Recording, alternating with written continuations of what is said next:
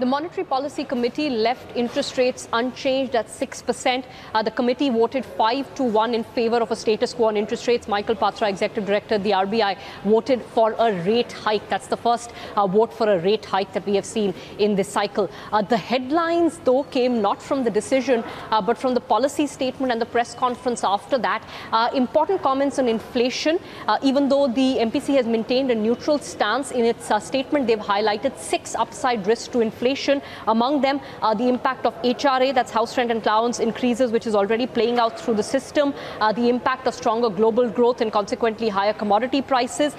Then, of course, the budget impacts start to come in. So on number 3, they talk about the fact that the proposed MSP policy could have an inflationary impact, but they said they need to watch how that plays out. They also said that the hike of customs duty on a number of items could have some inflationary bearing. And then finally, they say that the fiscal slippage, as indicated by the union budget, could impinge on the inflation outlook.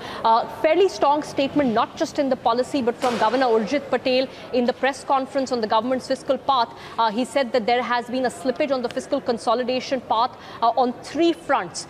You missed the fiscal deficit target for last year, that's the current year, that's FY18. You're doing a fiscal deficit of 3.3%, which is higher than what was anticipated for FY19, and you have pushed back the 3% fiscal deficit target all the way to FY21.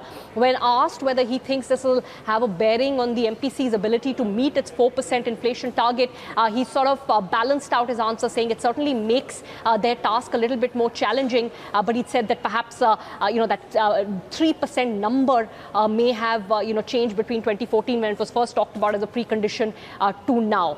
So that's the inflation and fiscal story that came through. Apart from that, on growth, the MPC is sounding relatively comfortable that things are shaping up as expected. So they talk about growth picking up to 7.2% GVA growth in the next fiscal, that's FY19.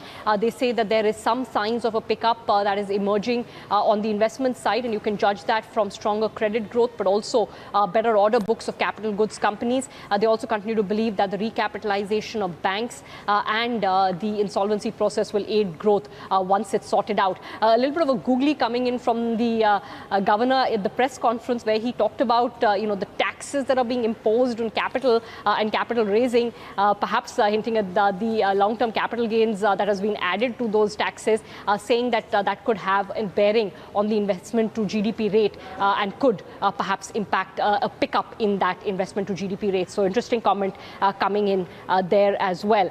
On liquidity, which was the prime focus of the markets, again, important comment coming in from Viral Acharya, this time the Deputy Governor of the Reserve Bank of India, saying that the RBI's idea behind liquidity management is to manage the needs of the economy. And the RBI's goal, except in exceptional circumstances, is not to manage asset prices in any one asset market. He was, of course, talking about the bond markets, where yields have gone up, partly because of concerns on inflation, global yields going up, but also fiscal pressures which have hit the market. So the undertone of that message perhaps was that we are not the problem that has pushed up yields.